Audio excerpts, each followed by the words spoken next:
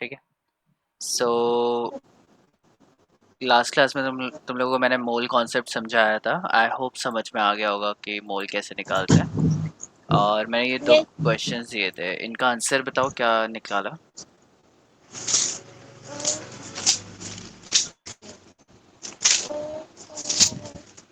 पहले वाले का सर 37.5 मोल आया था।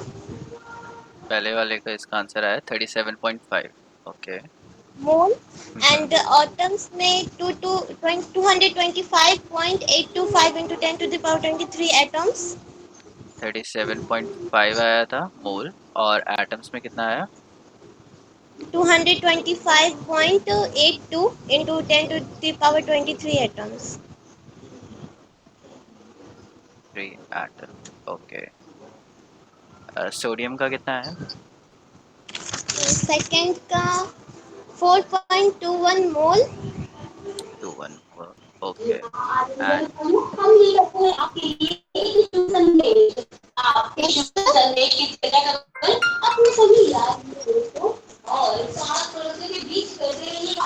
ये पीछे से बहुत आवाज आ रही है।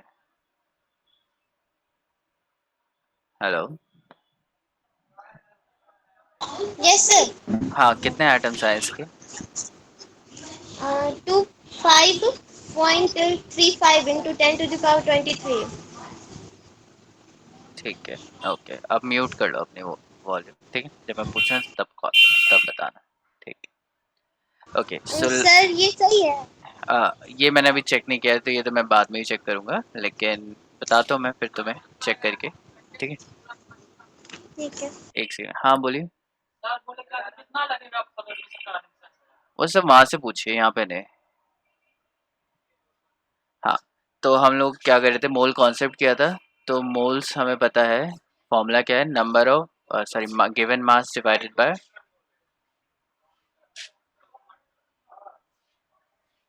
Molar mass. ठीक है। और मोलर मास क्या होता है, ये हम लोग पहले ही पढ़ चुके हैं कि मोलर मास होता है mass of 1 mole of atoms. तो 1 मोल एटम्स का जो मास होगा उसे हम लोग क्या बोलेंगे, मोलर मास बोलेंगे। सो मूविंग फर्दर, अब हम लोग क्या कर सकते हैं, किसी भी मॉलिक्यूल का या किसी भी रिएक्शन जो हो रही है उसमें कितने नंबर ऑफ मोल्स हैं वो यूज़ कर सकते हैं। और यूज़ करके हम लोग इजीली फाइंड आउट कर सकते हैं कि कौन लिमिटिंग रिएजेंट है और कौन सा।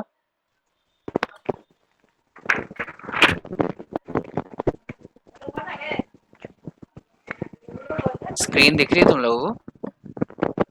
Yes sir. दिख रही है ना? ठीक है।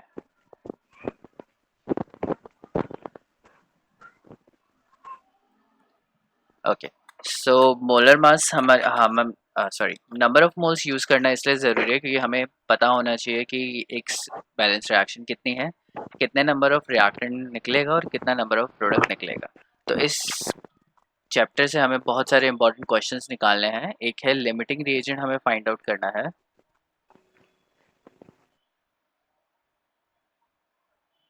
एक हमें एक्सेस रिएजेंट फाइंड आउट करना है। और दूसरा हमें थ्योरेटिकल यील्ड फाइंड आउट करनी है।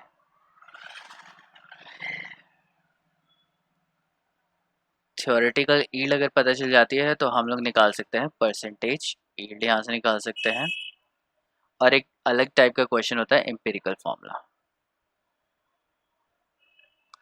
ये सारे टॉपिक्स हैं, ये बहुत मेजर टॉपिक्स हैं और इन सबको हमें करना है। और इन सबको करने के लिए नंबर ऑफ मोल्स हमें पता होने चाहिए, इसलिए नंबर ऑफ मोल्स निकालने के लिए हमारे पास एक फॉर्मूला है, given mass divided by molar mass. ये हमारे पास फॉर्मूला है और इसको हम लोग यूज़ कर सकते हैं। और मैंने तुम्हें ऑलरेडी बता दिया है कि मोलर मास कैसे यूज़ किया जाता है। अब नेक्स्ट एक और इम्पॉर्टेंट चीज़ आती है कि साइंटिफिक नोटेशन। सर हाँ जी। ये लिमिटिंग रीजन से फिर से बताइए ना। नहीं नहीं, मैंने बस टॉपिक बताया कि इस चैप्टर में हम लोग ये पढ़ेंगे, लिमिटिंग रिएजेंट पढ़ेंगे, एक्सेस रिएजेंट पढ़ेंगे, थ्योरेटिकल यील्ड फाइंड आउट करेंगे, परसेंटेज यील्ड फाइंड आउट होगी, और एम्पिरिकल फॉर्मूला हम लोग फाइंड आउट करेंगे। इन सब के लिए नंबर ऑफ मोल्स हमें अच्छे से आने चाहिए, और नंबर ऑफ मोल्स ये नॉर्मल फॉर्मूला है जिसको हम लोग आराम से यूज़ कर सकते हैं। मोलर मास क्या होता है, एक मोल ऑफ एटम या एक मोल ऑफ एलिमेंट कोई भी चीज़ है उसका जो मोलर मास होगा उससे मोलर मास बोलेंगे। तो मोलर मास कैसे फाइंड आउट कर सकते हैं, तुम्हें जस्ट गूगल पे जाना है और वहाँ से फाइंड आउट कर लेना किसी भी कंपाउंड का मोलर मास, ठीक है। तो सर पहले न्यूमेरिकल से ही स्टार्ट होगा? नहीं नहीं, मेजर जो इम्पोर्टेंट चीज़ है पहले मैं वो करा रहा हूँ, इसका बेसिक तो मैं बता रहा हूँ, उसके बाद फिर हम लोग सारे लॉज स्टार्ट करेंगे, ठीक है। ओके। अभी तो यस मैंने sir. Number of mole start किया है। न्यूमेरिक, हाँ, अब इस चैप्टर में तो न्यूमेरिकल ही है सारे, आधे से ज़्यादा न्यूमेरिकल है, तो मैं न्यूमेरिकल ही करना है सारे, ठीक है। साइंटिफिक नोटेशन अगर हम लोग देखते हैं तो साइंटिफिक नोटेशन में क्या होता है, जब भी हम लोग किसी भी वैल्यू को लिखते हैं तो उसको साइंटिफिक नोटेशन में लिखते हैं। फॉर एग्जांपल 6.022 इंटू 10⁻23 जो लिखा जाता है, it is in scientific notation. Scientific notation का मतलब क्या है कि फर्स्ट डिजिट के बाद डेसिमल आना चाहिए, ठीक है। अगर मेरे पास है 22.46 इंटू 10⁻2, तो ये एक साइंटिफिक नोटेशन नहीं है। इसको साइंटिफिक नोटेशन कैसे कन्वर्ट करेंगे, जब यहाँ पे 2.246 लिखा होगा, तो जो डेसिमल होगा वो हमेशा फर्स्ट डिजिट के बाद ही लिखना है, ठीक है। जैसे गैस कांस्टेंट मैंने तुम्हें बताया था 8.314 जूल पर केल्विन पर मोल, तो पहली डिजिट के बाद डेसिमल आना चाहिए, ये नहीं कि दूसरी डिजिट के बाद लिख रहे हो या तीसरी डिजिट के बाद लिख रहे हो। तो जब भी न्यूमेरिकल का जो हम लोग आंसर लिखेंगे तो कब आना चाहिए, पहली डिजिट के बाद आना चाहिए। तुमने जो मुझे आंसर्स बताए उसमें साइंटिफिक नोटेशन यूज नहीं हुई है। जैसे यहाँ पे तुमने बताया 2.22 इंटू 10⁻, ये साइंटिफिक नोटेशन नहीं है। चलो इसको हम लोग साइंटिफिक नोटेशन में कन्वर्ट करते हैं। सो साइंटिफिक नोटेशन में कन्वर्ट करने के लिए क्या क्राइटेरिया है, सबसे पहले हमें place decimal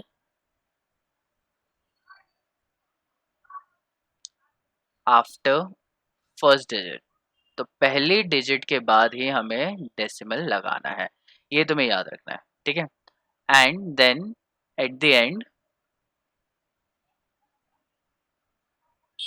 use into 10⁻x, ये कुछ भी हो सकता है, ठीक है। तो पहले हम लोग कुछ वैल्यूज लेंगे और उसको हम लोग साइंटिफिक नोटेशन में कन्वर्ट करेंगे, क्योंकि आज के बाद तुम जितने भी आंसर लिखोगे, ठीक है, वो हमेशा साइंटिफिक नोटेशन में ही होना चाहिए, क्योंकि तुम साइंस के आंसर लिख रहे हो, मैथमेटिक्स नहीं पढ़ रहे हो। तो साइंस के जितने भी आंसर होंगे वो साइंटिफिक नोटेशन में लिखे जाएंगे। और ये इम्पॉर्टेंट है क्योंकि अगर तुमने आंसर सही भी निकाल दिया है और साइंटिफिक नोटेशन में नहीं लिखा है तो तुम्हारे मार्क्स कट जाएंगे। तो ये चीज़ ध्यान रखने वाली बात है। सबको क्लियर है ये? Yes sir. हाँ, okay. So let's work out with some examples, कुछ एग्जांपल्स करके देखते हैं कि कैसे किसी भी चीज़ को साइंटिफिक नोटेशन में लिखा जाता है।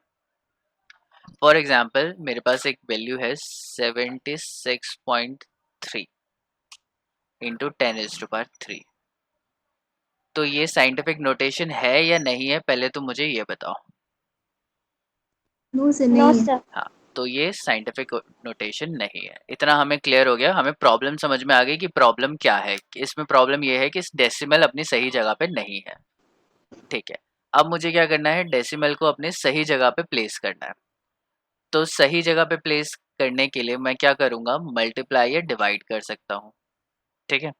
तो अगर मैं मल्टीप्लाई करता हूँ on multiplication,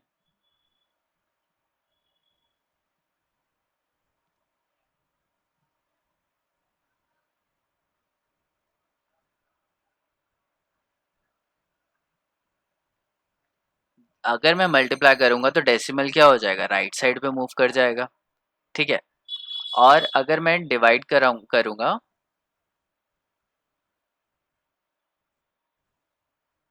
decimal moves on left hand side, ऐसे ही होता है। ये तो पता ही होगा तुम्हें, पता है या नहीं पता है, यस और नो? Yes sir. ठीक है। तो मुझे क्या करना है, इस डेसिमल को एक डिजिट आगे लेके आना है। तो मैं क्या करूँगा, 10 से मल्टीप्लाई करूँगा और 10 से डिवाइड करूँगा। तो 10 डिवाइडेड बाय 10 कर सकते हैं। 10 डिवाइडेड बाय 10 क्या होता है, 1 ही होता है। तो मैं किसी भी चीज़ को 1 से मल्टीप्लाई कर सकता हूँ। इसको मैंने 1 से मल्टीप्लाई किया और उसको मैंने लिख दिया 10 डिवाइडेड बाय 10, तो 76.10 था। अब इस 10 को क्या करूंगा, मैं इससे डिवाइड कर दूंगा। तो डिवाइड करके ये जो डेसिमल है वो कहाँ पहुंच जाएगा, लेफ्ट हैंड साइड पे पहुंच जाएगा। तो 7.63 इंटू 10⁻³ इंटू 10। और अब मैं इसे कैसे लिख सकता हूँ, 7.63 इंटू 10। और जब भी बेस सेम होता है उसकी पावर क्या हो जाती है, ऐड हो जाती है। तो 3+1 क्या हो जाएगा, 4। तो फोर। ये साइंटिफिक नोटेशन क्या हो जाएगा, 7.63 इंटू 10⁻⁴। और ये बन गया हमारा scientific notation. Is this clear? Yes sir. Yes sir. सबको क्लियर हो गया? तो तुम्हें क्या करना है, हमेशा 10 या 20, 10, 100 या 1000 से मल्टीप्लाई करना है, डिपेंडिंग अपॉन कितने प्लेसेस तुम उसको आगे या पीछे ले जाना चाहते हो। ठीक है, एक और क्वेश्चन करते हैं और फिर मैं 2 क्वेश्चन तुम्हें देता हूँ करने के लिए। एक एग्जाम्पल है 0.0004668। ठीक है, ये क्वेश्चन हमें दे रखा है और क्वेश्चन में पूछा गया है convert it into scientific notation.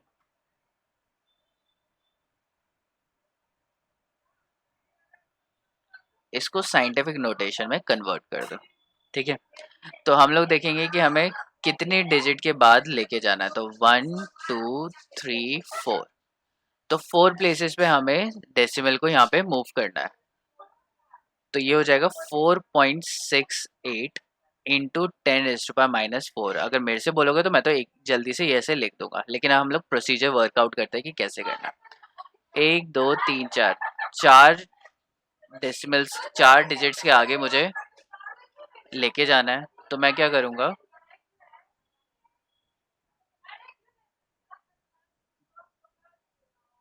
इसको 1 2 3 10,000 से मल्टीप्लाई और 10,000 से डिवाइड करूंगा।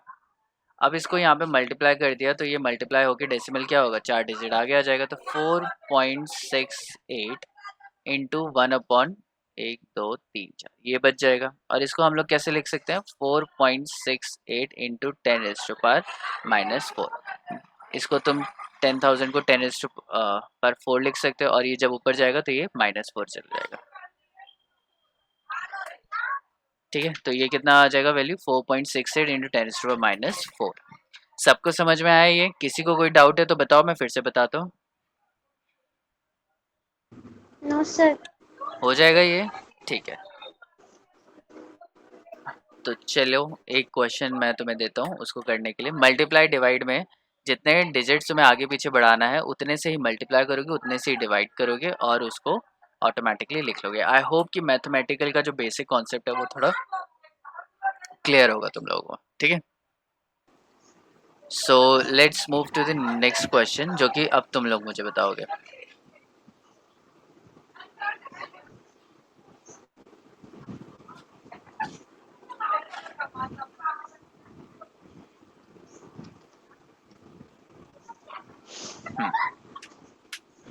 -4 ही कर देते हैं ऐसे। यस, इसको तुम्हें साइंटिफिक नोटेशन में करना है। ठीक है, अपनी कॉपीज उठाओ और इस पे करके देखो और मुझे आंसर बताओ। तुम्हारे पास 2 मिनट है इसको करने के लिए।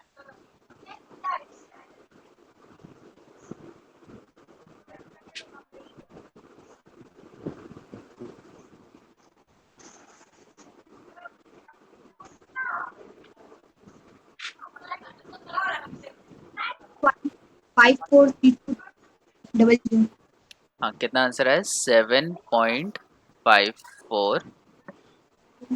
3। हाँ चलो ठीक है, इसको अभी इतना लिखते हैं, इंटू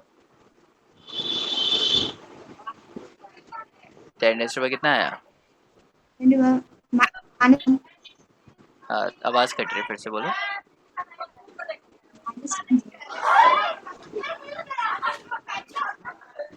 -1 सर। -1। ठीक है, एक सेकंड रुको। मैं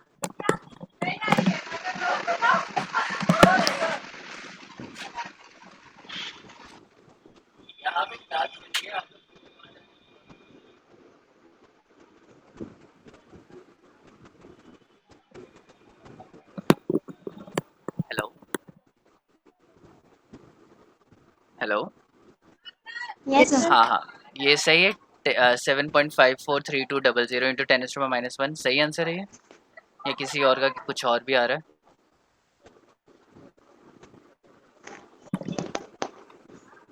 ठीक है, तो इसको हम लोग करके देखते हैं। हमें कितने डिजिट पे लेके जाना है? 1 2 3, 3 डिजिट आगे लेके जाना है। तो मैं लिख देता हूँ 75543, बहुत बड़ा नंबर है ये, इंटू 10⁻⁻4। और इसको मुझे कहाँ लेके जाना है? पीछे लेके जाना है, तो मुझे डिवाइड करना पड़ेगा। तो 1000 से मैं डिवाइड करूंगा, 1000 से मल्टीप्लाई करूंगा। तो 1000 से अगर इसको मैं डायरेक्टली डिवाइड कर देता हूँ 3 के बाद डेसिमल तक, तो ये आ जाएगा 7.543200 इंटू 10⁻⁻4 इंटू 10⁻3। जब बेसिस सेम होते हैं तो उनकी पावर को हम लोग क्या कर देते हैं? ऐड कर देते हैं। तो 10⁻⁻4 प्लस 3 क्या आ जाएगा? -1 के इक्वल आ जाएगा। तो एकदम सही आंसर है, ठीक है।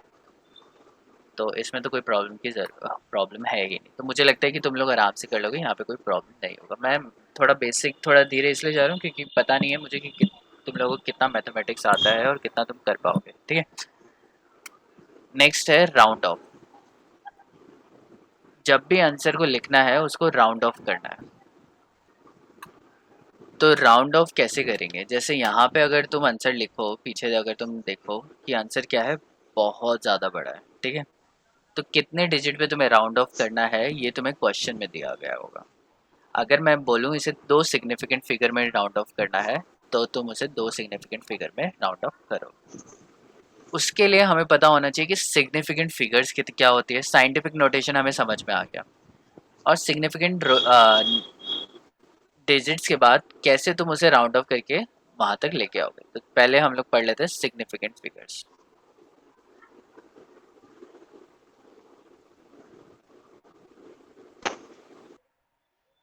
अब ये सिग्निफिकेंट फिगर्स क्या होती हैं, ये बहुत इंपॉर्टेंट टॉपिक है। 5 रूल हैं इसके, और तुम्हें इसको अच्छे से याद करने हैं। याद भी इन द सेंस कि तुम इसे समझना ज़रूरी है, क्योंकि मोस्टली क्वेश्चंस इसी के ऊपर आते हैं, सिग्निफिकेंट फिगर के ऊपर। तो पहले क्या है कि सिग्निफिकेंट क्या बताता है? एक्यूरेसी एंड प्रिसीशन को बताता है।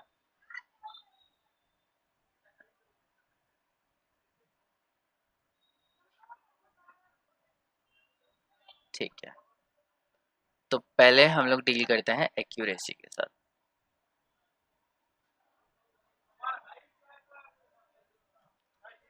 एक्यूरेसी क्या होती है कि फॉर एग्जांपल मैंने तुम्हें एक लैब में हो तुम, अज्यूम करना है, और मैंने तुम्हें एक बीकर में 10 ml पानी दिया, ठीक है। इसका क्या है? 10 ml तुम्हें वाटर दिया, ठीक है। और मुझे पता है कि ये 10 ml है, और मैंने तुम्हें नहीं बताया कितना ml है, तो तुम्हें है अननोन, अननोन वॉल्यूम, ठीक है। मैंने अपने पेपर पे लिख लिया कि मैंने तुम लोगों को वॉल्यूम दी है 10 ml, ठीक है। और अब तुमसे बोला है, 3 4 बच्चों से बोला है कि इसको मेजर करो कि कितना वॉल्यूम है। तो बच्चे क्या करेंगे? एक सिलेंडर, मेजरिंग फ्लास या मेजरिंग सिलेंडर लेंगे। मेजरिंग सिलेंडर होता है ऐसा करके,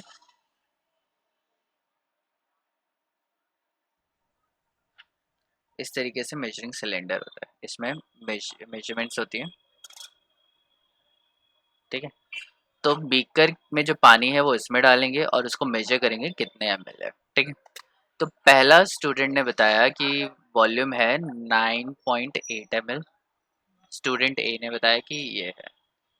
स्टूडेंट बी ने बताया है कि ये है 10.1 ml। स्टूडेंट सी बता रहा है कि ये है 15 ml।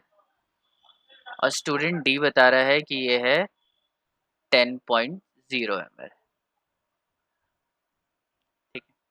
तो अब तुम इनमें से मुझे बताओ कि इनमें से कौन सा वाला स्टूडेंट का आंसर एक्यूरेट है? डी वाला। कौन सा वाला? डी। डी वाला, ठीक है। तो यहाँ से मुझे लगता है कि तुम्हें समझ में आ ही गया होगा कि एक्यूरेसी का क्या मतलब है। एक्यूरेसी का मतलब है कि ट्रू वैल्यू के कितने करीब है, ठीक है। When any measurement is closer to the true value, then it is considered as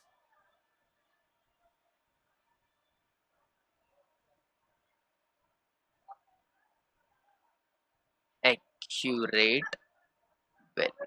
ठीक है, तब उसे क्या बोला जाएगा कि ये एक्यूरेट वैल्यू और एक्यूरेसी के साथ ये मेजरमेंट ली गई है। ठीक है, सो मतलब क्या है कि मैंने तुम्हें 10 दिया और पर्सनल एरर बहुत ज़्यादा होता है, बच्चे कुछ मेजरमेंट करते हुए पानी थोड़ा सा गिरा दिया या कभी कुछ कर दिया या उसको ढंग से नहीं मेजर किया, उसको देखा नहीं कि कितना है, तो ये वैल्यू आ सकती है।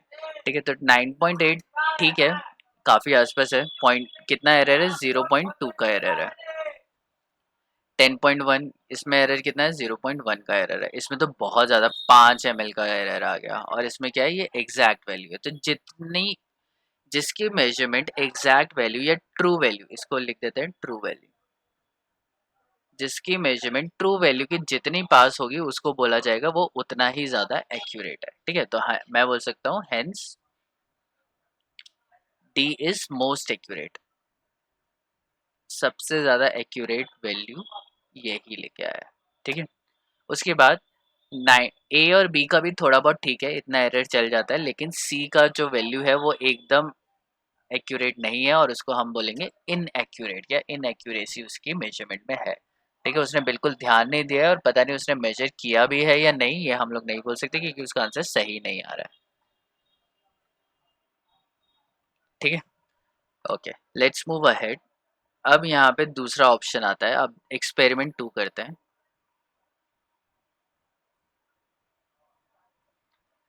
मैंने तुम्हें बुक दी, एक बुक है, मोटी सी बुक है,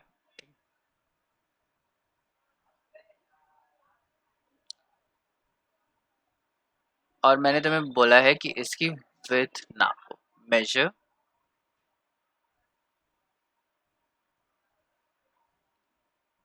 विड्थ ऑफ दिस बुक। ठीक है, और मेरे पास कंसिडर कर लिया कि मेरे पास सबको स्केल दे दिया, और मैंने बोला कि स्केल अपने घर से लेके आना है, तो सबके स्केल क्या है, अलग अलग है। ठीक है, और मेरे पास एक स्केल है, एक बहुत अच्छा स्केल है जिसमें वैल्यू एक्यूरेट आती है। तो ए ने बोला, तीन तीन मैंने मौके दिए, तीन ऑप्शंस दिए कि तुम इससे 3 बार मेजर करो और चेक करो कि एरर मिनिमम होना चाहिए। तो ए ने मेजर किया कि ये है 1 सेंटीमीटर, फिर उसने दूसरी बार किया तो उसने बोला नहीं, ये 1 सेंटीमीटर नहीं, 1.1 सेंटीमीटर है, और तीसरी बार किया तो उसका कितना आ रहा है, 1 सेंटीमीटर आ रहा है। ठीक है, बी ने दूसरे स्केल से किया तो उसका आ रहा था 0.9 सेंटीमीटर, दूसरी बार किया तो उसका फिर से 0.9 सेंटीमीटर आया, और ये क्या है, फिर से उसका 0.9 सेंटीमीटर आया। सी ने क्या किया, उसका 1 सेंटीमीटर आया, फिर 1.2 सेंटीमीटर आ गया, और फिर उसका कितना आ गया, 1.3 सेंटीमीटर आ गया। एक और लेते हैं, 1.5 सेंटीमीटर, 1.6 सेंटीमीटर एंड 2.0 सेंटीमीटर। चार ही केस लेते हैं। ठीक है, ऐसे बहुत मुश्किल हो जाएगा। तो पहले तो मुझे बताओ कि यहाँ पे अगर मैं बोलता हूँ कि जो एग्जैक्ट वैल्यू थी वो थी 1 सेंटीमीटर, तो किसकी, कौन सा एक्यूरेट है और कौन सा प्रिसाइज है। अभी तक मैंने तुम्हें बताया नहीं कि प्रिसीशन क्या होता है, लेकिन मैं देखना चाहता हूँ कि कितना तुम्हें पता है। हाँ बताओ, सबसे ज़्यादा एक्यूरेट कौन है। ये वाला। एक ई वाला भी मैं ले लेता हूँ। ई वाले ने एकदम सही लिया है, मेरे ही स्केल से यूज कर लिया और तीनों बार उसका सही आया। तो सबसे ज्यादा एक्यूरेट कौन है यहाँ पे, ई। ई वाला। ठीक है, तो ई वाले के आगे हम लोग लिख लेते हैं मोस्ट एक्यूरेट। ठीक है, अब हो सकता है कि यहाँ पे स्केल की प्रॉब्लम हो, जिसने स्केल लिया और वो स्केल सही से नहीं बनाया, तो हो सकता है उसकी भी प्रॉब्लम हो सकता है या नहीं हो सकता, हो सकता है। तो इसमें गलती उस स्टूडेंट की है या गलती उस स्केल की है। स्टूडेंट का काम क्या है, उस चीज को मेजर करना। ठीक है, और वो मेजर सही ढंग से करे। फॉर एग्जांपल अगर इसका हम लोग लेते हैं, उसका तीनों बार 0.9 आया, तो मुझे ये पता चल रहा है कि बच्चे ने स्टूडेंट ने बहुत अच्छे से मेजरमेंट लिया और तीनों मेजरमेंट एक जैसी सी ली हैं, सेम आई हैं। लेकिन यहाँ पे क्या है, इंस्ट्रूमेंटल एरर है।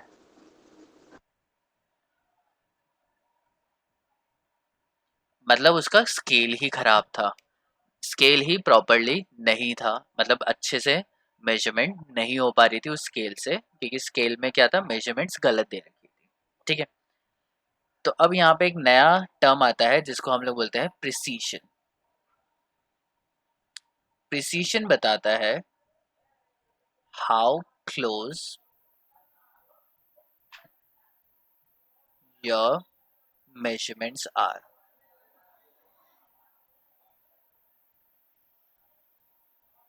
ठीक है, कि जितनी भी मेजरमेंट्स तुमने ली हैं वो कितनी एक जैसी सी हैं या कितनी एक दूसरे के पास हैं। तो अगर मैं इसको बात करूं, इसने 3 बार एक्सपेरिमेंट किया और तीनों बार सेम वैल्यू आई, तो इसको हम लोग बोलेंगे प्रिसाइज वैल्यू। मतलब एग्जैक्ट वही है। ठीक है, फॉर एग्जाम्पल तुम्हारे पास बहुत सारे पैसे हैं और तुम उसको गिन रहे हो कि कितने पैसे हैं। ठीक है, पहली बार तुमने गिना तो आए कि उसमें 100 नोट है। ठीक है, दूसरी बार गिना तो तुम्हें दिख रहा है कि 99 है, तो ऑब्वियसली कुछ गलती होगी। तो फिर तुम क्या करोगे, तीसरी बार गिनोगे तब तुम्हारा 100 आ रहा है। ठीक है, तो पहले गिना तो 100 नोट थे, फिर 99 है, तो फिर देखा कि ये तो गलत हो रहा है, तो फिर तुमने करा 100, तो तुमने फाइंड आउट किया कि हाँ 100 नोट्स तुम्हारे पास उस पॉइंट पे थे। लेकिन यहाँ पे जो तुम्हारी मेजरमेंट है वो प्रिसाइज नहीं है, क्योंकि तुमने एक बार क्या किया, गलती कर दी, एक बार 2 नोट को एक साथ गिन लिया। तो इस वजह से ये प्रिसीशन नहीं है, और यहाँ पे क्या आ रहा है, डाउट आ रहा है। ठीक है, उस डाउट की वजह से तुम्हें क्या करना पड़ा, उसको फिर से कैलकुलेशन करनी पड़ी, फिर से मेजरमेंट करना पड़ा कि कितने नोट थे। ठीक है, सो जितने बार भी हम लोग एक्सपेरिमेंट करते हैं और आंसर जितनी बार भी एग्जैक्टली सेम आता है, तो उसको बोलते हैं प्रिसाइज वैल्यू या प्रिसीशन। और ये हमें क्या इंडिकेट करता है कि हमारी कैपेबिलिटी किसी चीज़ को करने की कितनी ज़्यादा अच्छी है, हम लोग अपने वैल्यूज़ को कितनी बार रिप्रोड्यूस कर पाते हैं, और हम लोग एक्सपेरिमेंट कितने अच्छे से कर पाते हैं। ठीक है, तो प्रिसाइज का मैं शॉर्ट में बताता हूँ कि अगर सारी वैल्यूज सेम आ रही हैं, ठीक है, 0.1, 0.1 और 0.1, तो इसको हम लोग बोलेंगे प्रिसाइज। ठीक है, तो इनमें से हम देख ढूंढते हैं कि कौन कौन सी मेजरमेंट्स प्रिसाइज है। ठीक है, तो मुझे ए का बताओ, ए की मेजरमेंट प्रिसाइज है या नहीं है? No sir. नो, इसमें क्या है, सेकंड वाले में कुछ गलती हो रही है, कम ज़्यादा हो रहा है। बी वाला प्रिसाइज है या नहीं है? नो इसके सर। सब तो सेम ही है, 0.9, 0.9, 0.9। तो सिंस सारी वैल्यू सेम आ रही हैं, तो ये क्या है, प्रिसाइज वैल्यू है। ठीक है, इसमें जो सारी वैल्यूज हैं वो क्या है, एक दूसरे के बहुत पास हैं। सी वाला देखते हैं, 1, 1.2, 1.3, इसकी वैल्यू क्या हो रही है, अलग अलग आ रही है। मतलब इसका क्या मतलब निकल रहा है, जो स्टूडेंट था वो सीरियस नहीं था और स्टूडेंट ने अच्छे से मेजरमेंट नहीं ली है, क्योंकि मेजरमेंट ऐसा नहीं होगा कि एक बुक का साइज कभी 1 सेंटीमीटर है, कभी 1.2 हो जाएगा, कभी 1.3 हो जाएगा, ऐसा तो नहीं होगा। तो गलती किसकी हो सकती है, स्टूडेंट की हो सकती है, कि उसने ध्यान से मेजरमेंट्स नहीं ली। समझ में आ रहा है ना ये? Yes sir. हाँ, तो यहाँ पे ये जो वैल्यू है ये प्रिसाइज नहीं है, नॉट प्रिसाइज। इसका हम लोग डी का क्या बोलेंगे, 1.5, 1.6 और 2.0। इंस्ट्रूमेंट ही खराब होगा इसका तो। हाँ, तो इसका तो सब कुछ ही खराब है, ये मूड में नहीं था कि ये मेजर करे। ठीक है, इसने ढंग से करा ही नहीं, इंस्ट्रूमेंट भी खराब होगा और इसने ढंग से करा नहीं। हो सकता है इंस्ट्रूमेंट खराब हो, लेकिन सारी वैल्यू सेम तो आनी चाहिए थी कि अगर उसने सही किया हो। और लास्ट वाले का क्या है, एक्यूरेट भी है और अच्छी वैल्यू भी आई है। तो ये हो गया एक्यूरेसी एंड प्रिसिशन। अब मैं तुम्हें एक और अच्छा एग्जांपल देता हूँ जिससे तुम्हें एकदम से समझ में आ जाएगा कि एक्यूरेसी और प्रिसिशन होता क्या है। तो फॉर सर बी वाला तो फिर भी सही नहीं था ना। हाँ, बी वाला सही नहीं था, मैं मानता हूँ कि वैल्यू क्या है, 111 आनी चाहिए थी। लेकिन यहाँ पे क्या है, स्टूडेंट की गलती नहीं है, गलती किसकी है, इंस्ट्रूमेंट की गलती है। स्टूडेंट ने क्या किया, अपनी वैल्यू निकाली और तीनों बार एक्सपेरिमेंट बहुत अच्छे से करके एग्जैक्ट वैल्यू निकाल के दे दी कि 0.9, 0.9, 0.9।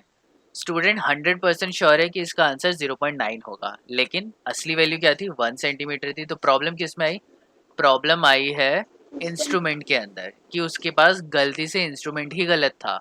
अगर उसके पास इंस्ट्रूमेंट सही होता तो वो सही आंसर निकालता। तो जो स्टूडेंट है उसने बहुत अच्छे से, बहुत मेहनत करके अच्छे से देख के वैल्यू लिखी है, लेकिन गलती इंस्ट्रूमेंट की है। तो ये एक्यूरेट तो नहीं है, इसको हम लोग बोलेंगे ये प्रिसाइज है। प्रिसाइज क्या बता रहा है, जो बंदा एक्सपेरिमेंट कर रहा है वो कितने अच्छे से कर रहा है, ठीक है। तो वो बंदा जो है वो एक्सपेरिमेंट अच्छे से कर रहा है, उसकी वैल्यू प्रिसाइज आ रही है, लेकिन जो वैल्यू है वो एक्यूरेट नहीं है। समझ में आया, वैल्यू जो है वो एक्यूरेट नहीं है। दो एग्जाम्पल और करेंगे, जल्दी से समझ में आ जाएगा। और सर अगर यही 2 2 2 रहता तो भी ये हाँ, प्रिसाइज टू टू होता, टू टू भी रहता तो प्रिसाइज रहेगा, लेकिन वो एक्यूरेट नहीं एक्यूरेट रहेगा। नहीं हाँ, रहता। उसमें कुछ बहुत ही बड़ा इंस्ट्रूमेंट का गड़बड़ है, ठीक है। तो एक और एग्जांपल लेते हैं। फॉर एग्जांपल जैसे तुमने देखा होगा हम लोग डार्ट यूज करते हैं,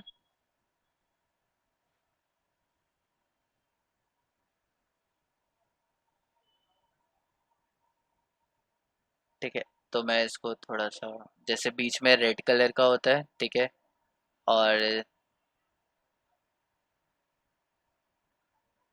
अभी तुम्हें याद आएगा किस क्या चीज की बात कर रहा हूँ मैं।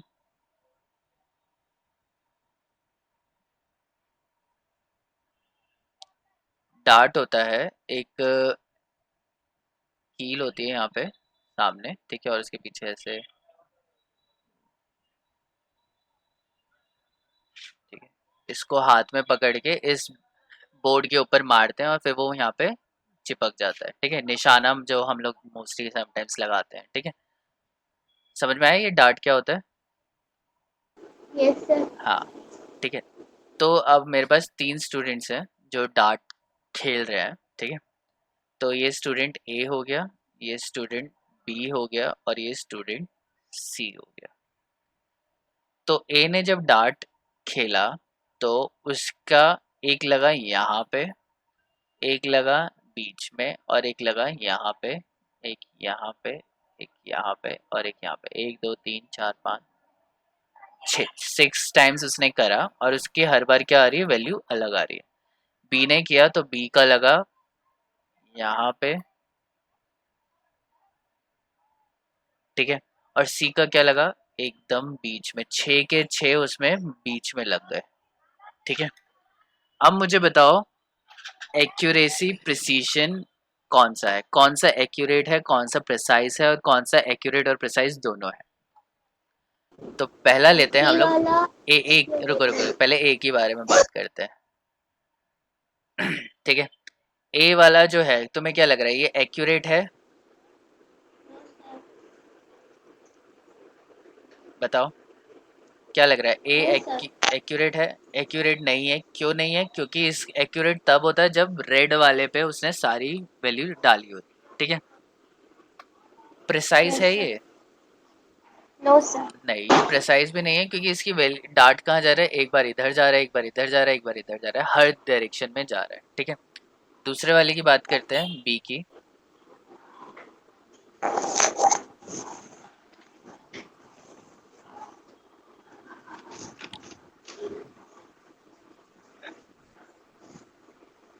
हाँ ठीक है, मुझे बी वाला बताओ, बी वाला क्या है। एक्यूरेट नहीं है। एक्यूरेट नहीं है, लेकिन ये प्रिसाइज है या नहीं है। यस सर, ये है सर।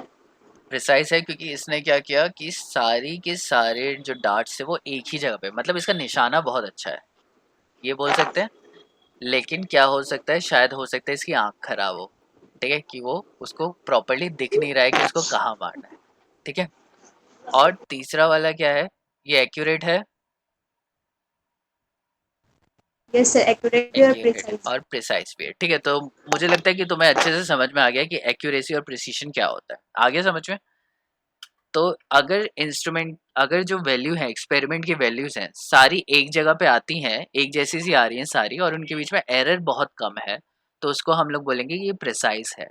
और अगर वो ट्रू वैल्यू के बहुत पास आती है तो वो एक्यूरेट भी होगी। लेकिन कुछ केसेस होते हैं जहाँ पे प्रिसीशन होता है और जहाँ पे एक्यूरेसी नहीं होती, तो यहाँ पे क्या है, फॉल्ट है, ठीक है। फॉल्ट किसकी हो सकती है, इंस्ट्रूमेंट की हो सकती है। अब यहाँ पे इंस्ट्रूमेंट क्या है, यहाँ पे डार्ट किससे मारा है? अपने हाथ से और अपनी आँख से मारा है, तो हो सकता है उसकी आँख खराब हो सकती है। और वैसे मसल खराब नहीं होगी क्योंकि वो डार्ट तो मार ही रहा है, ठीक है। तो जो इंस्ट्रूमेंट है यहाँ पे, आँख उसकी इंस्ट्रूमेंट है क्योंकि आँख के थ्रू वो निशाना लगा रहा है, ठीक है। सो इंस्ट्रूमेंट वहाँ पे खराब होने की चांसेस हो सकते हैं। तो प्रिसीशन क्या करता है? प्रिसीशन का एक बहुत बड़ा एडवांटेज होता है,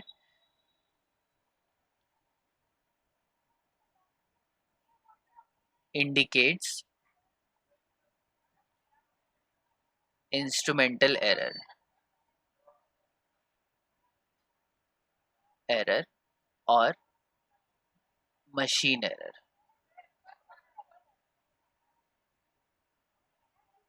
या फिर वो क्या बता सकता है? इंस्ट्रूमेंट का एरर बता सकता है, या जिस मशीन से वो मेजरमेंट ली जा रही है वो खराब हो सकती है, ठीक है। उस केस में हम लोग क्या करेंगे? अगर मैंने तुम्हें एक्सपेरिमेंट दिया और मैंने तुम्हें बताया ट्रू वैल्यू 1.5 है, और तुम बार बार निकाल रहे हो, हर बार तुम्हारी 1 आ रही है, तो कुछ ना कुछ गड़बड़ी है।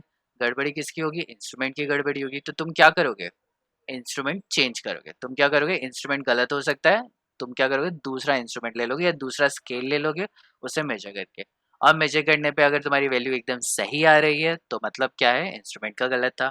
और दूसरा केस ले लेते हैं, चलो दूसरा एक इम्पॉर्टेंट केस लेते हैं, तो मुझे बताओगे कि इसका सही क्या वो है, ठीक है। तो मैंने तुम्हें बताया ट्रू वैल्यू है 1.9 सेंटीमीटर, ठीक है। तो स्टूडेंट ए है, उसने क्या किया? 3 मेजरमेंट्स की, मेजरमेंट 1, 2 एंड 3। इसने निकाला 1.5 सेंटीमीटर, 1.5 सेंटीमीटर,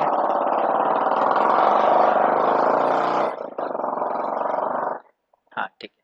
तो उसने 3 मेजरमेंट्स ली और तीनों बार उसका 1.5 आ रहा है। तो मुझे यहाँ पे पता चल रहा है कि इसका जो मेजरमेंट है वो प्रिसाइज तो आ रहा है। प्रिसाइज आ रहा है तो यहाँ पे 2 गड़बड़ी हो सकती है। मैंने तो तुम्हें बताया ट्रू वैल्यू ये है, तो प्रिसाइज अगर आ रहा है तो 2 गड़बड़ी हो सकती है। पहली गड़बड़ी क्या? इंस्ट्रूमेंट, ठीक है। तो उसने क्या किया? उसने सोचा कि इंस्ट्रूमेंट गलत होगा, तो उसने क्या किया? इंस्ट्रूमेंट चेंज कर लिया। इंस्ट्रूमेंट चेंज करने के बाद उसकी वैल्यू आ रही है 1.5, 1.5, 1.5। अब इंस्ट्रूमेंट चेंज करने के बाद भी वैल्यू सेम आ रही है, तो तुम्हें क्या लगता है यहाँ पे क्या गड़बड़ हो गया? इस एक्सपेरिमेंट में क्या गड़बड़ी है? बताओ मुझे। ये बहुत अच्छा केस है, दिमाग लगाओ, क्या गड़बड़ी होगी यहाँ पे?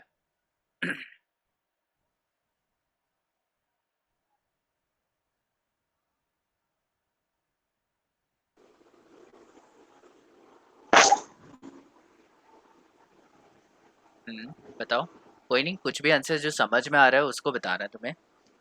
कि इंस्ट्रूमेंट चेंज कर लिया उसके बाद भी आ रही है, चलो मैं मान लेता हूँ उसने फिर से इंस्ट्रूमेंट चेंज किया और उसके बाद भी उसकी वैल्यू इतनी आ रही है।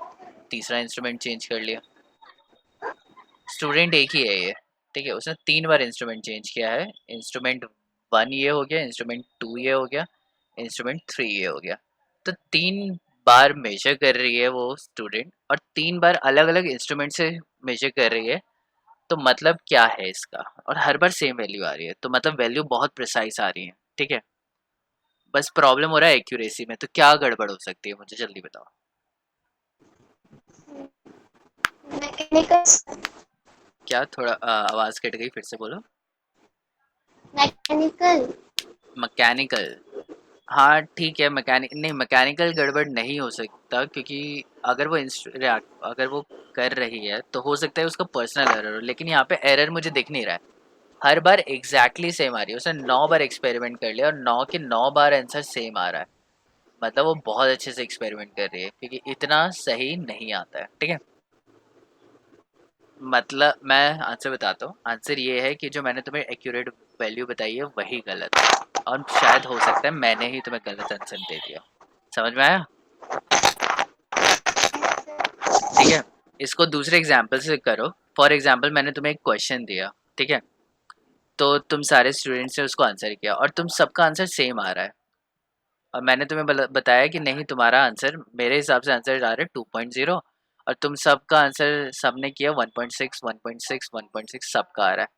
तो क्या हो सकता है? हो सकता है कि शायद मैंने ही आंसर गलत किया हो और मैं नहीं किया। तो फिर मैं क्या करूँगा? मैं चेक करूँगा और फिर मैं बताऊँगा हाँ नहीं तुम लोग ठीक है, तुम्हारे सही है।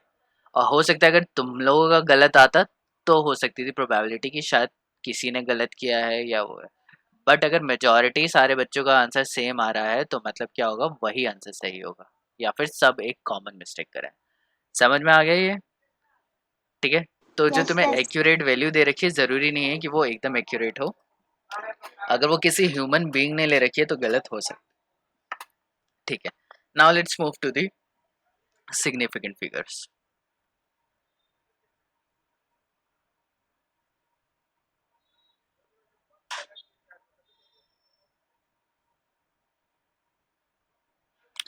अब ये सिग्निफिकेंट फिगर क्या है, क्योंकि अब तुम साइंस से डील कर रहे हो तो तुम प्रोजेक्ट्स करोगे, रिसर्च करोगे, तो हर चीज़ साइंटिफिक यूज़ करोगे। जो भी तुम्हारे आंसर होंगे वो साइंटिफिक नोटेशन में होंगे, और उसमें तुम्हारी क्या होंगी, सिग्निफिकेंट फिगर्स होंगी। ठीक है।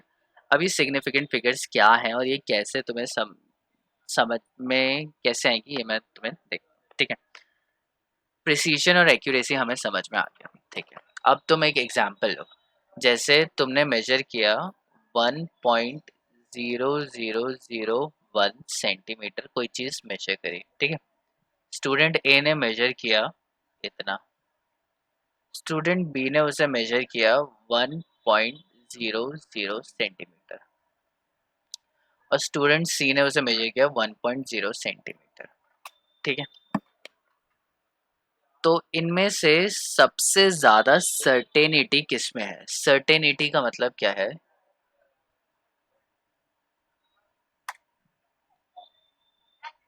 सर्टेनिटी का मतलब है कि तुम कितने श्योर हो कि तुम्हारी वैल्यू एकदम सही है। ठीक है। तो स्टूडेंट ए, बी और सी ने, तीनों ने एक ही चीज़ को मेजर किया, लेकिन उसे अलग अलग इंस्ट्रूमेंट से मेजर किया। एक इंस्ट्रूमेंट ने उसे बहुत अच्छा रिजल्ट दिया, डेसिमल की 4 डिजिट तक बता दिया कि ये इतनी वैल्यू है। बी ने क्या बताया, उसके इंस्ट्रूमेंट को 2 डिजिट तक, डेसिमल के 2 डिजिट तक उसको सही वैल्यू बताई। सी ने क्या बताया, उसको डेसिमल के एक ही डिजिट तक सही वैल्यू बता रहा है। तो इन तीनों के इंस्ट्रूमेंट अलग अलग थे, 1 2 3। तो तुम्हें क्या लगता है कि कौन सा इंस्ट्रूमेंट सबसे अच्छा था? हाँ। सर वन ए वाला। एक सेकेंड रुकना। वैकल्पिक है ना, ये सब्सिडी है ये, और ये वो है। एक काम करो, अभी मेरी क्लास चल रही है। ठीक है। मैं क्लास खत्म हो जाएगी, डिस्कशन। कौन सा है तुम्हारा सब्जेक्ट? अच्छा, बीएससी है ना।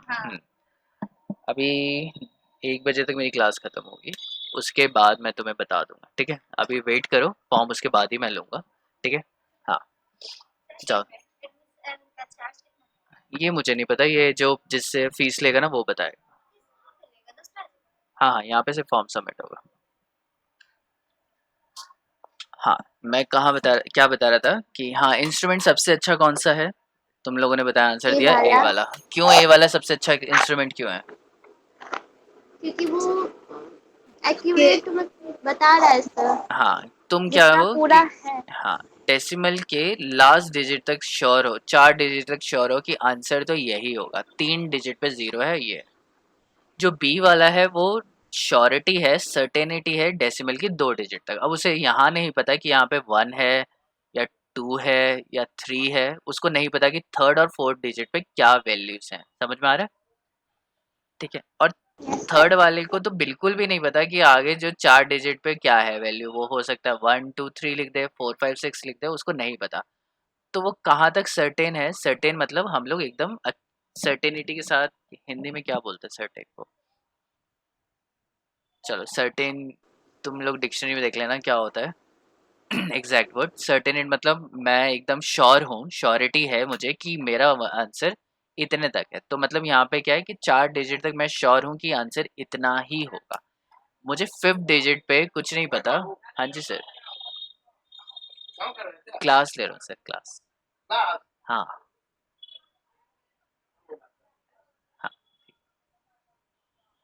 मुझे फिफ्थ पोजीशन पे नहीं पता कि क्या होने वाला है। ठीक है।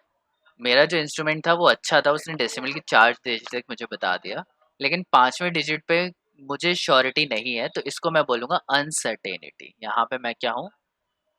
अनसर्टेन हूँ। 5वें डेसिमल पे क्या आएगा मुझे कुछ नहीं पता, लेकिन मुझे बाकी डेसिमल पे ज़रूर पता है कि क्या आएगा। ठीक है, तो सिग्निफिकेंट फिगर्स क्या होते हैं, ये हमें इंडिकेट करती हैं सर्टेनिटी की जो तुम मेजरमेंट्स ले रहे हो वो कितने डिजिट तक सर्टेन है, वो कहाँ तक सर्टेन है, और तुम्हारा जो वैल्यू है वो कितनी एग्जैक्ट है। ठीक है, तो मैं यहाँ पे अगर बोलूँ तो इसके पास है 4 सिग्निफिकेंट फिगर्स।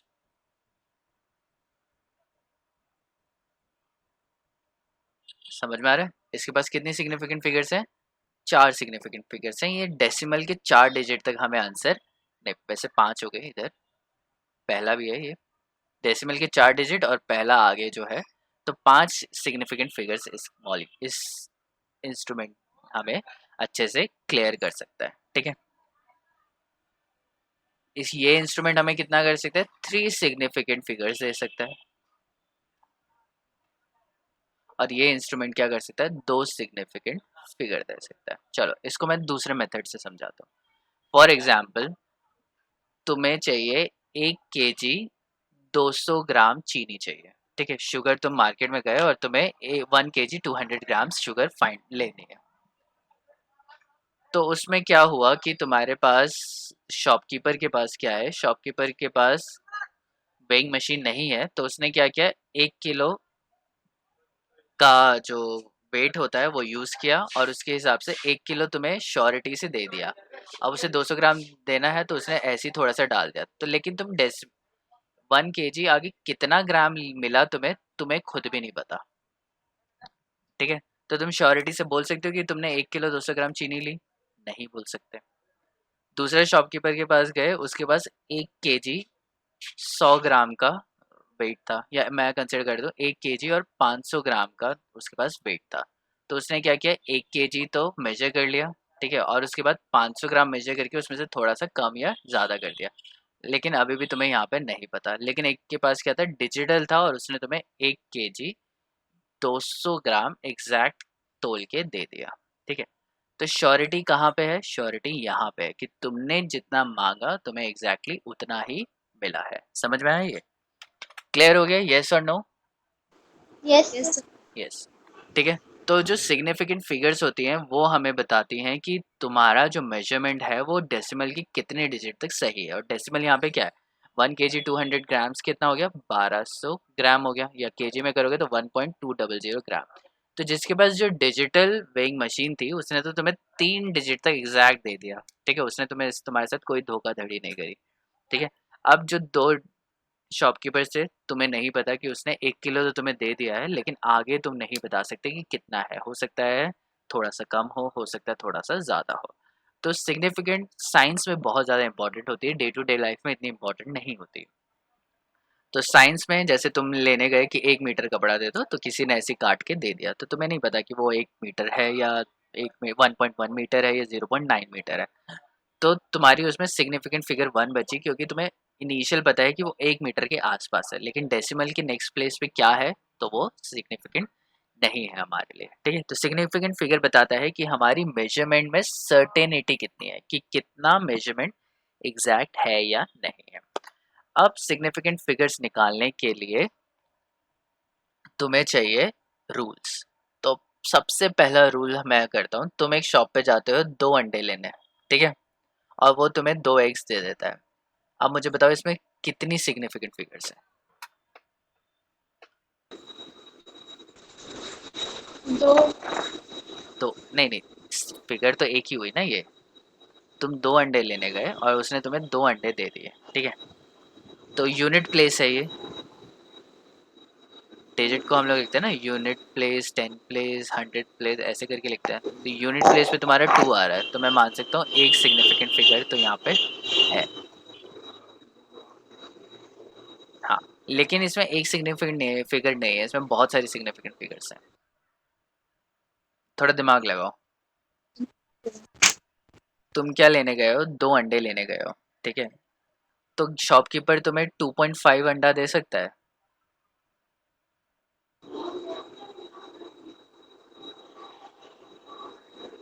बताओ। No sir. शॉपकीपर तुम्हें 2.1 अंडा दे सकता है? No sir. ये तो पॉसिबल नहीं है। 2.1 पॉसिबल नहीं है। 2.9 अंडा पॉसिबल है? No sir. नहीं। क्या पॉसिबल है? या तो एक अंडा पॉसिबल है, उसके वन। बाद या फिर दो अच्छा। पॉसिबल है, या फिर वो तीन पॉसिबल है। ठीक है। 2 और 3 के बीच में यहाँ पे कुछ और पॉसिबल नहीं है, क्योंकि 0.00001। हाँ मुझे बताओ। अच्छा, 2.0000000, ये देखो। हाँ, इतना अंडा तुम्हें मिल सकता है? No sir. नहीं मिल सकता। ठीक है। तो इसका मतलब क्या है कि तुम डेसिमल की 3, 3 6, 3 9 10 11 डिजिट तक भी तुम कंफर्म हो कि तुम्हें अंडे दो ही मिले हैं, दो से एक डेसिमल ज़्यादा नहीं मिला है। कंफर्म्ड हो या नहीं हो? Yes sir. यस। ठीक है। तो इसका मतलब क्या है, इसके पास बहुत सारी सिग्निफिकेंट फिगर्स हैं। ठीक है। तो जो एग्जैक्ट नंबर्स होते हैं उनके पास अनलिमिटेड या इनफाइनाइट सिग्निफिकेंट फिगर्स होती है। ठीक है। Infinite significant figures. ठीक है। तो ऐसी चीज़ें जो एक एग्जिस्ट करेगा, दो करेगा, तीन करेगा। ठीक है। जैसे नंबर ऑफ एनिमल्स, तो तुम बोल सकते हो एक एक एनिमल है, दो एनिमल है, तीन एनिमल है। तुम ये नहीं बोल सकते कि ये ढाई एनिमल है। एक सेकेंड रुकिए। हाँ बोलिए। हाँ, साइंस का मैं ही लूँगा फॉर्म। हाँ। नहीं, अभी मेरी क्लास हो रही है, उसके बाद एक मीटिंग है, उसके बाद में करेंगे। 2 बजे मेरी क्लास ख़त्म होगी, उसके बाद मीटिंग होगी। हाँ, सॉरी, 1 बजे क्लास ख़त्म होगी, उसके बाद मीटिंग है, डिस्कशन करना है कि फॉर्म कैसे लेने हैं, और उसके बाद फिर मैं आपसे लूँगा। आधा घंटा लगेगा ज़्यादा से ज़्यादा। आप आधे घंटे के लिए वेट कर लीजिए। हाँ, आधा घंटा। हाँ, तो यहाँ पे क्या है कि क्या बता रहा था मैं, भूल गया। हाँ सर, वन एनिमल टू हाँ हाँ हाँ एनिमल। हाँ। ठीक है। तो तुम बोल सकते हो या तो एक एनिमल होगा, या एक बर्ड होगी, दो बर्ड होगी। तुम ये नहीं बोल सकते कि ढाई बर्ड है। ठीक है। चाहे वो बर्ड कितनी छोटी हो, चाहे वो बर्ड कितनी बड़ी हो, तो उसको तुम मेजर नहीं कर सकते। बर्ड हैं तो वो है। 2.1, 2.001 या 2.003 ऐसी चीज़ें पॉसिबल नहीं होती। तो जहाँ पे ऐसी चीज़ें पॉसिबल नहीं होती हैं, उनके पास क्या होती है, इनफाइनाइट सिग्निफिकेंट फिगर होती है। ठीक है। अगर मैं तुमसे बोलूँ तुम मुझे दो पेन दे दो, तो दो पेन में कितनी सिग्निफिकेंट फिगर होंगी? इनफाइनाइट। ठीक है। तो मुझे ढाई इन्फिनिटी। पेन, मतलब एक, दो पेन और आधा पेन तोड़ के नहीं दोगे, क्योंकि वो पेन नहीं हुआ। ठीक है। तो यहाँ जो भी एग्जैक्ट नंबर्स होते हैं, जो भी एग्जैक्ट क्वांटिटीज होती हैं, उनके पास इनफाइनाइट सिग्निफिकेंट फिगर होती है। लेकिन अगर तुम दूध लेने गए हो और तुमने बोला 2 लीटर दूध दे दो, ठीक है, तो हो सकता है वो 2 लीटर ना हो, थोड़ा सा कम हो, थोड़ा सा ज़्यादा हो सकता है। तो उस केस में उसके पास यस इनफाइनाइट सर। फिगर्स नहीं होंगी, उसके पास कुछ ही फिगर्स होंगे। ठीक है। अब ये कितनी फिगर है, तुम्हें देखना पड़ेगा कि डेसिमल के कौन से प्लेस पे जाके वो चेंज हुआ है, उसमें तुम श्योर नहीं हो। ठीक है। तो वहाँ पे हम लोग फाइंड आउट करेंगे कितने सिग्निफिकेंट फिगर्स होती हैं। तो कुछ रूल्स आते हैं, तो रूल्स हम लोग डिस्कस करते हैं। तो पहला रूल है ऑल नॉन जीरो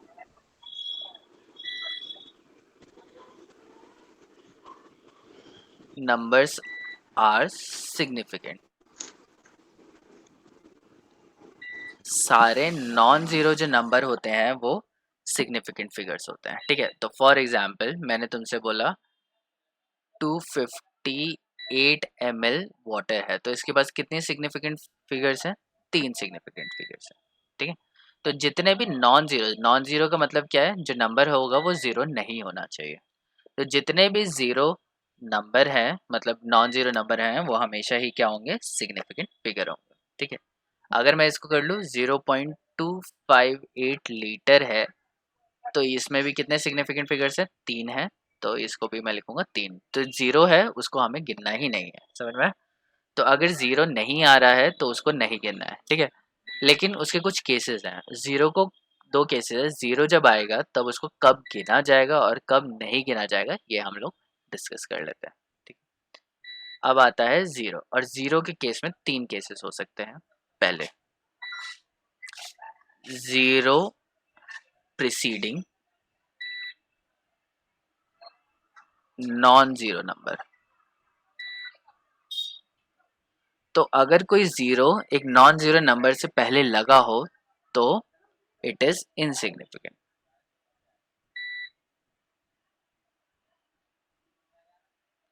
मतलब मैंने तुमसे बोला एक पेन, तो इसमें कितनी सिग्निफिकेंट फिगर है? एक हो गई, ठीक है।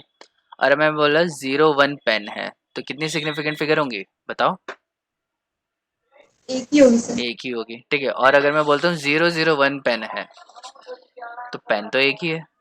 अब उसके आगे मैं चेक कितनी भी लगा दूं वो पेन उतना ही रहेगा, ठीक है। तो पहला केस क्या है कि अगर कोई नॉन जीरो नंबर है और उससे पहले कोई जीरो लगी है तो वो इनसिग्निफिकेंट होती है, ठीक है।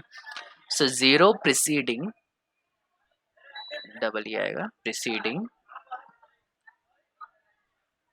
Non zero. नॉन जीरो तो पता है कि जीरो के अलावा जो भी नंबर है, जीरो अगर उस नॉन जीरो नंबर से पहले आता है तो वो इनसिग्निफिकेंट होता है, ठीक है। दूसरा इसी में केस बनता है, इसको मैं ए लिख लेता हूँ, बी है जीरो बिटवीन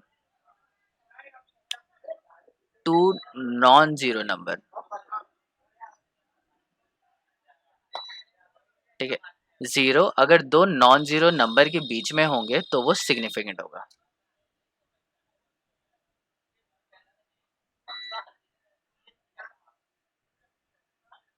ठीक है, तब वो सिग्निफिकेंट होगा। फॉर एग्जाम्पल मैंने बोला 202 पेन है, ठीक है। तो कितने सिग्निफिकेंट फिगर है यहाँ पे? 3। 3, ठीक है। क्योंकि जीरो की वैल्यू अगर बीच में आती है और लास्ट में आती है तो डिफरेंस क्रिएट करती है, हमें पता है। लेकिन पहले आएगी तो उसका कोई डिफरेंस नहीं होगा, ठीक है। क्योंकि हमें पता है कि पहले डिजिट पे 2 ही है, दूसरे डिजिट पे 0 ही है और तीसरे डिजिट पे 2 ही है, और 100% हम लोग श्योर है, ठीक है। लेकिन सिंस मैंने बोला 202 पेन, तो मतलब इसके पास इनफाइनाइट हो सकती है, ठीक है। अगर मैं सिर्फ लिखता हूँ 202 में कितनी है, तो यहाँ पे हम लोग कोई नंबर है 202 और उसमें देखना है कि कितनी सिग्निफिकेंट फिगर है, तो 3 है, ठीक है। इधर से मैं पेन हटा देता हूँ, क्योंकि पेन अगर मैं बोलूँगा तो पेन आधा तो हो नहीं सकता, तो उसके पास इनफाइनाइट ही होगा, ठीक है। ये क्लियर हो गया? यस। ठीक है। एक और एग्जांपल देता हूँ, इसका मुझे बताओ 0 पॉइंट कितनी सिग्निफिकेंट फिगर है इसके अंदर? 2। 2, ठीक है।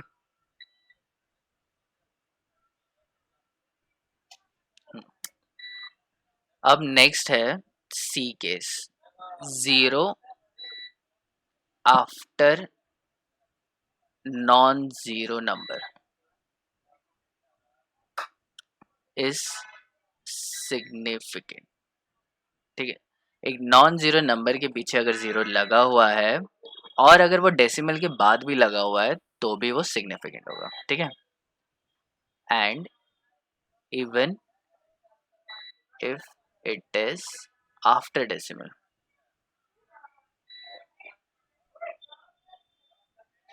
देन इट इज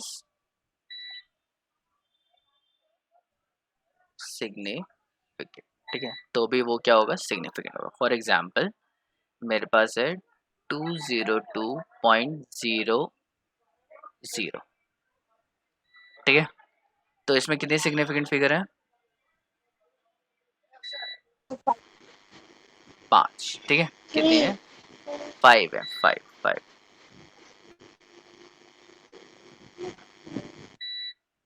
नहीं समझ में आया? मैं फिर से बताऊं, देखो मैंने क्या बोला, नॉन जीरो नंबर के बाद जो भी जीरो आती है, तो ये नॉन जीरो नंबर है, इसके बाद जीरो आ रही है ये, तो ये सिग्निफिकेंट होगी। और अगर डेसिमल के बाद भी कोई आती है तो उसे हम लोग ये बोलेंगे। अब देखो इसमें क्या है, तुम लेने गए तुमने वाटर लिया 2.220 ml, ठीक है। तो तुम श्योर हो कि डेसिमल के फर्स्ट और सेकंड डिजिट तक वो जीरो ही रहेगा, समझ में आया?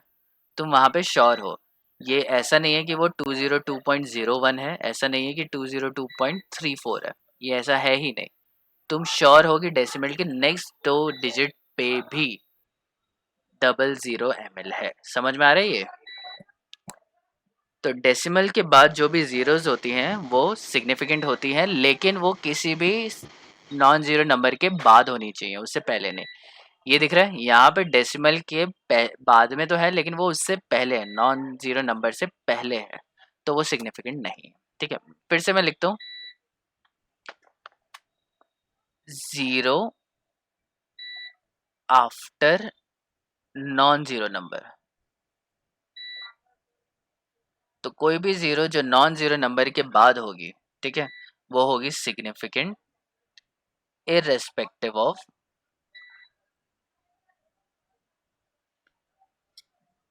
डेसिमल। डेसिमल से उसका कोई लेना देना नहीं है। लेकिन अगर वो नॉन जीरो नंबर से पहले है तो उसे नहीं गिना जाएगा, चाहे वो डेसिमल है या नहीं है। समझ में आ गया ये? Yes sir. हम्म। अब मैं, ठीक है, और लास्ट हमारा थर्ड रूल है, exact numbers, exact numbers have infinite significant numbers digits. ठीक है, तो इनफाइन एग्जैक्ट नंबर्स जो होंगे उनके पास इनफाइनाइट सिग्निफिकेंट डिजिट्स होगी। क्लियर हो गया ये? ठीक है, फोर्थ रूल देखते हैं।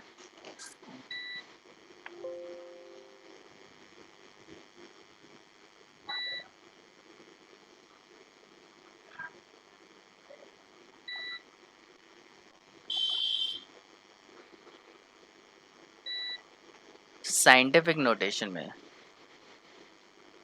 सर थर्ड वाला का एग्जांपल। अच्छा हाँ हाँ, मैं सबके एग्जांपल दे रहा हूँ।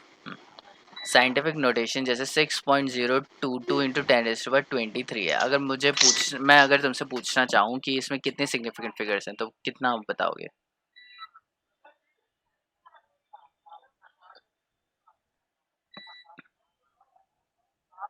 4। 4। ठीक है, ये जो 10 पर जितना भी होता है ये इनसिग्निफिकेंट होता है। ठीक है, क्योंकि ये हो सकता है 6.022 के आगे भी बहुत सारी डिजिट है, 23 डिजिट्स हैं, लेकिन हमें नहीं पता कि उसके आगे क्या है। हमने तो कितने लिखे हैं? हमने तो 4 ही लिखे हैं।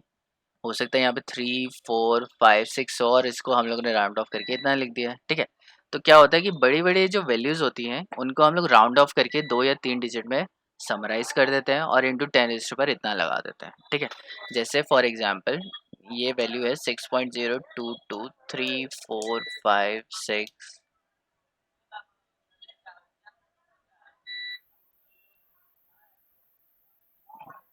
ये नंबर है तुम्हारा। ठीक है, तो तुमने क्या किया है, इसको साइंटिफिक नोटेशन में कर दिया। तो 1 2 3 4 5 6 7 8 9 10 11 12 13 14 15 16 17 18 19 20 21 22 23। ठीक है, तो तुमने क्या किया, इसको 6.022 रख दिया और इंटू 10⁻23 कर दिया। ये समझ में आ रहा है? साइंटिफिक नोटेशन लिख लोगे इसकी? बताओ, यस और नो? Yes sir. हाँ, तो अब तुमने क्या यस किया, सर। इसके डेसिमल के 3 डिजिट तक तो तुमने बता दी कि ये डिजिट है, लेकिन बाकी डिजिट्स कहाँ गई वो तुमने नहीं बताया। तुमने बस उसका प्लेस दे दिया कि ये 10⁻23 तक है।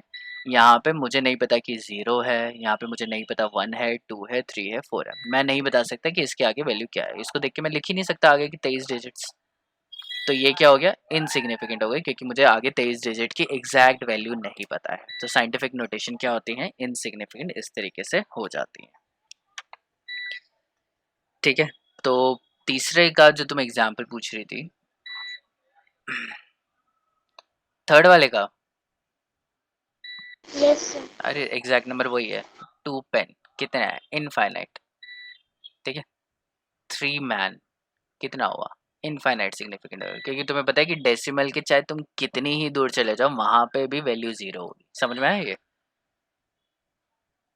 Yes sir. ठीक है, तो एग्जैक्ट क्वांटिटीज, नंबर की जगह तुम क्वांटिटीज लिखोगे। तुमने बोला 2 किलो चीनी है, तो जरूरी नहीं है कि वो 2 किलो हो। 2 किलो की डेसिमल पे हो सकता है 2 ग्राम ज़्यादा हो, 3 ग्राम ज़्यादा हो सकता है 2 ग्राम कम हो। ठीक है, तो उस वो एग्जैक्ट क्वांटिटी नहीं है। लेकिन तुमने बोला कि 2 बुक हैं, तो वो 2 ही बुक हैं, चाहे तुम डेसिमल के लास्ट डिजिट तक चले जाओ, 1000 डिजिट के आगे भी चले जाओ, तो भी वो 2 पॉइंट उधर 1 नहीं आएगा। समझ में आ रही है? Yes sir. हाँ, ठीक है, तो 4 रूल्स हो गए। इन 4 रूल्स को तुम देखना। और तुम्हारी बुक होगी उसमें से ये क्वेश्चन करके लेके आना। लिख दूं मैं क्वेश्चन नंबर?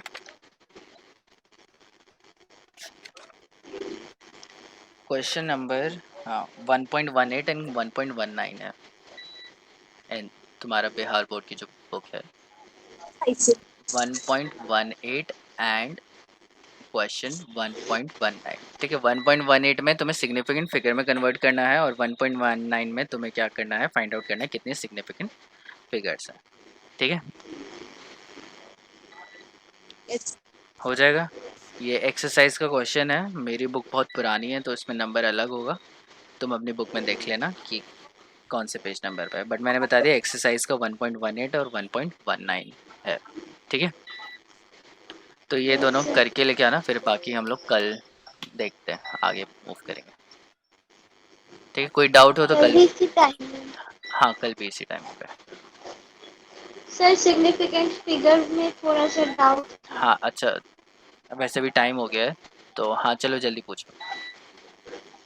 सर मतलब जैसे दो पेन है तो वो तो इनफिनाइट हुआ ना कि हमको दो ही पेन मिलेगा। हाँ हाँ हाँ हाँ और जैसे दूध का बात हुआ तो उसमें 2.1 भी हो सकता है, हाँ, 2.2 भी हो सकता है, तो तुम्हें उसमें नहीं पता, हाँ। इनफिनाइट हुआ। उसमें इनफाइनाइट नहीं होगा। तुमने क्या बोला, 2 लीटर दूध दे दो, तो जो जिसने दिया है वो एग्जैक्ट 2 लीटर है या नहीं है, कैसे पता चलेगा? हो सकता है वो मेजर 2 लीटर, एक सेकंड देखो, उसने दिया 2 लीटर, तुमने मांगा तो 2.000 तुम्हें चाहिए। ठीक है, हर उस पे ज़ीरो चाहिए। ठीक है, लेकिन जब उसने दिया यस तो उसने क्या किया, एक ड्रॉप एक्स्ट्रा डाल दी। अब वो बहुत अच्छे से तो नहीं कर सकता, इतना अच्छा हमारे पास इंस्ट्रूमेंट नहीं होता कि दो का एग्जैक्टली दो दे दे। तो हो सकता है कि तुम्हारी डेसिमल के पीछे कोई एक प्लेस हो जहाँ पे 1 हो, मतलब वहाँ पे इतना माइन्यूट माइक्रो लीटर में, ठीक है, 10⁻⁶ लीटर में भी वो एक बूंद ज़्यादा आ गई हो। समझ में आ रहा है? एक ड्रॉप अगर भी यस एक्स्ट्रा आ गई तो वो सिग्निफिकेंट नहीं रहेगा, क्योंकि तुम्हें पहले ही सिग्निफिकेंट पता है कि 2 लीटर तुम्हारे पास एग्जैक्ट है। 2 लीटर के बाद किस वैल्यू पे चेंज है तुम्हें नहीं पता, कि यहाँ पे ज़ीरो है, हो सकता है तुम्हें उसने 10 ml ज़्यादा दे दिया हो सकता है उसने 100 ml ज़्यादा दे दिया हो। ठीक है, 100 देना तो कम, चांसेस कम ही है। हो सकता है उसने 1 ml तुम्हें एक्स्ट्रा दे दिया हो, 2 लीटर 1 ml, इतना ml दे दिया हो। ठीक है, तो तुम्हें नहीं पता कि इसमें ज़ीरो है या 1 है, कि एग्जैक्ट तुम 2 लीटर मिल्क लेके आई हो, या हो सकता है कि पीछे की किसी डिजिट पे वो थोड़ा बहुत ज़्यादा हो। ठीक है, तो हमारे पास कोई ऐसा इंस्ट्रूमेंट नहीं है जो एग्जैक्ट डेसिमल के 10 डिजिट तक एग्जैक्ट मेजर कर ले कि ये लिक्विड कितना है। समझ में आया? Yes sir. नहीं आया? आगे। हाँ ठीक है, तो ये हम लोग नहीं कह सकते कि वो कितना है।